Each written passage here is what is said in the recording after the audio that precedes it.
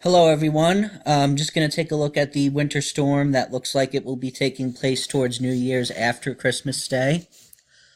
This video will be focused on that storm rather than the Christmas Day storm.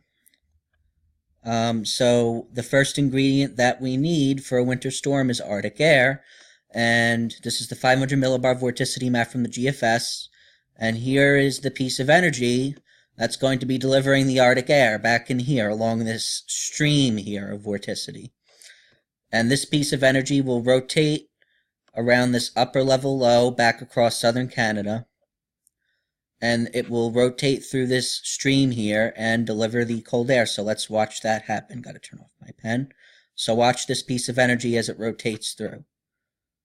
Tuesday afternoon, Tuesday night, and Wednesday morning. Here is the piece of energy across southeastern Canada, starting to rotate into northern New England, and it is going to deliver the cold air all in here. All in this region, the cold air is going to start coming in. So that's ingredient number one. Now you need the disturbances that's going to create the storm. So now as we rotate into Thursday morning, what do we have across the western United States? Well, here's one piece of energy, and here's another piece of energy.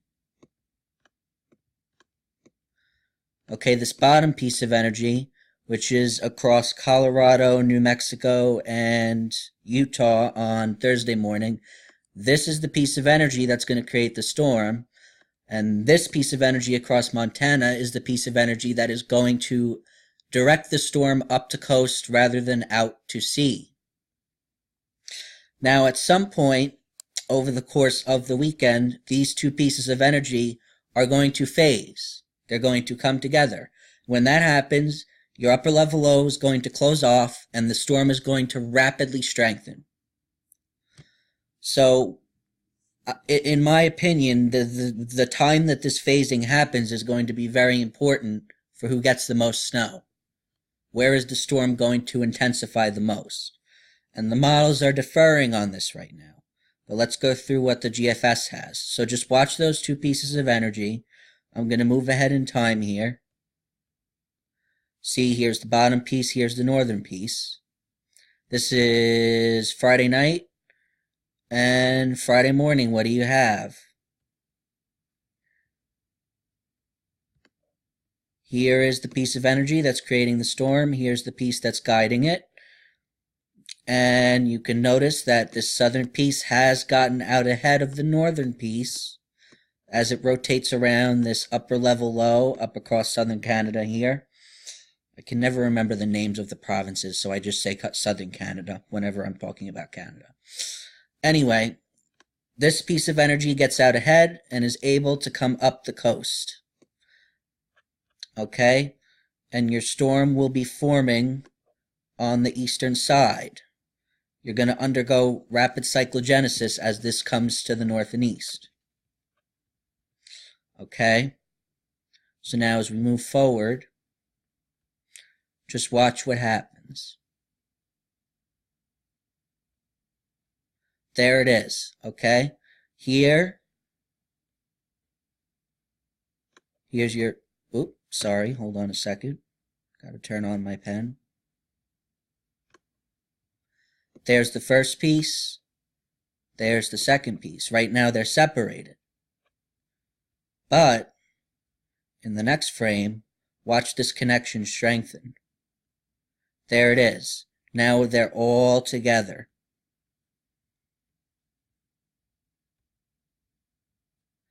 It's now one big piece of energy, and this is by Friday morning. And just watch this rapidly intensify as we go through the day on Saturday. Oh, and also the other thing to note about this piece of energy is notice that it's negatively tilted, meaning that it is pointed from northwest to southeast. Northwest to southeast. Wow, I'm doing pretty good on drawing with this thing. When you have this trough negatively tilted like this, that means the flow is drawing moisture back from the ocean, and it's going to be pulling the moisture back over this entire region here. So that's the one important part of the negatively tilted trough. The second part is that the storm goes up rather than out. Now, as we go ahead here, look at the rapid intensification of this energy, and then bam, it closes off. That's what this closed contour means. So we go from this, watch this right here, watch these closed contours rotate to the main. Bam, the upper low closes off right over Maine here. And what that's telling me is that your heaviest snows are going to be across central and northern New England. Upstate New York, New Hampshire, Vermont, and most of western Maine and northern Maine. If the upper low closes off up there, then this is where your heaviest snow is going to be. And then, of course, over southeastern Canada will be your heaviest snow. Now, here's the difference in the models. The European model has the upper low closing off literally right over New York City. Okay, now if the upper low closes off there, you have your surface low a little further east because you have a westward tilt in the vertical structure of low pressure. Your surface low is always slightly to the east of your upper level low. So you have your upper low closing off across New York City. The surface low is to the east, east of Long Island, south of Rhode Island, out over the ocean. Then, if that was to happen and your surface low is rapidly strengthening here rather than here, then you would have heavy snows coming back all the way from central New England, southern Vermont, southern New Hampshire, across the lower Hudson Valley and part of upstate New York, northeastern Pennsylvania. I would put Philadelphia in on this, all of New York City, Long Island, and all of Boston. Then this is where you get your heavy snow, your heaviest snow. Because if the upper low closes off over New York City, then that means that's when the rapid intensification is happening. So that's what the European model says. Unfortunately, I'm not allowed to show the European model due to copyright issues. But if we follow the GFS here, and you have the upper low closing off over Maine, then your surface low is slightly further to the east off the coast. This is where the main intensification is going to happen, and you always look on the northwestern side of your area of low pressure for the heaviest snow. And if this happens, I think even Boston could miss out on the heaviest snow. I think the heaviest snow, if this happens, is up across central and northern New England.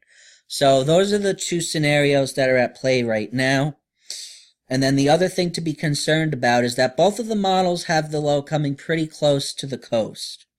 So you would have to worry about mixing problems from central and eastern Long Island, coastal Connecticut, coastal Rhode Island, along the coast here, up towards coastal Maine and Cape Cod. You would have to worry about mixing going on here if the low takes the track that the models are suggesting right now.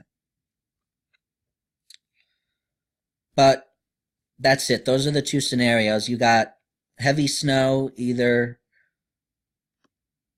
in this area or further north across central and northern New England. So I'm going to draw my threat map.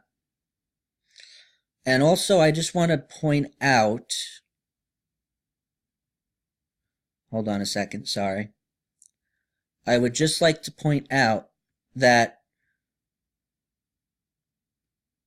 you're going to have a band of snow already ongoing with this northern piece across the Ohio Valley, Michigan, Ohio, Indiana, and these areas here. With that initial piece of energy, you're going to have a band of snow that's ongoing in this area here. This isn't where you're going to get your big snows, but you're going to get some snow from this northern piece. Okay, so now I'm going to draw my threat area for the heavy snow. Okay, I'm going to start at southern New Jersey. I'm going to put Baltimore and Washington, D.C. on the southern and western edge of this. I'm going to take it right through State College, and I'm going to take it right through Albany. You know what? I would bring this back further west. Hold on. Let's draw this again. I'm going to take it right from southern New Jersey through Baltimore, Washington, D.C., through State College, back towards the Great Lakes, and I'm going to bring it through all of Vermont, New Hampshire, and Maine like this. And I'm going to include coastal areas for now. So this is my threat area for heavy snow, and this would be next Friday into Saturday. Now, the other thing that the models are differing on is with the speed of the system. There's a lot of things that can go wrong with this, so let's just keep an eye on it, let's keep watching it, and let's see what happens. But this could be a pretty big storm. This could be a pretty big storm. Okay, thank you for watching. I'll try to do another video update tomorrow.